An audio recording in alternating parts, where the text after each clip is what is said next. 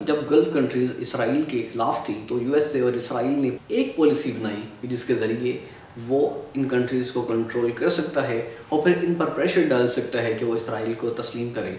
वो सिर्फ है डिवाइड एंड रूल की पॉलिसी।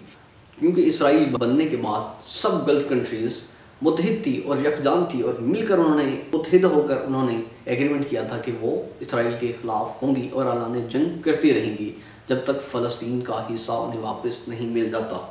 तो डिवाइड एंड रूल की पॉलिसी के ज़रिए इसराइल ने और यूएसए ने वहाँ पर सिविल वार शुरू करा दी।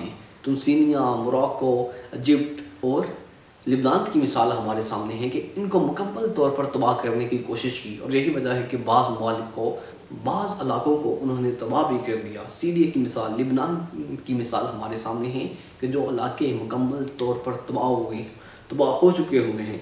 और इन्हीं प्रेशर की नज़र में इजिप्ट और सूडान ने बादज़ा इसराइल को तस्लीम भी कर लिया बगैर फ़लस्तीन का मसला हल करवाए। और अब सऊदी अरेबिया और यूएई उसी लाइन को फॉलो कर रहे हैं और फ़लस्तीन के मसले को हल करवाने की कोशिश नहीं कर रहे, क्योंकि उन्हें खुद अपने इक़्तिदार की फ़िक्र पर रही है।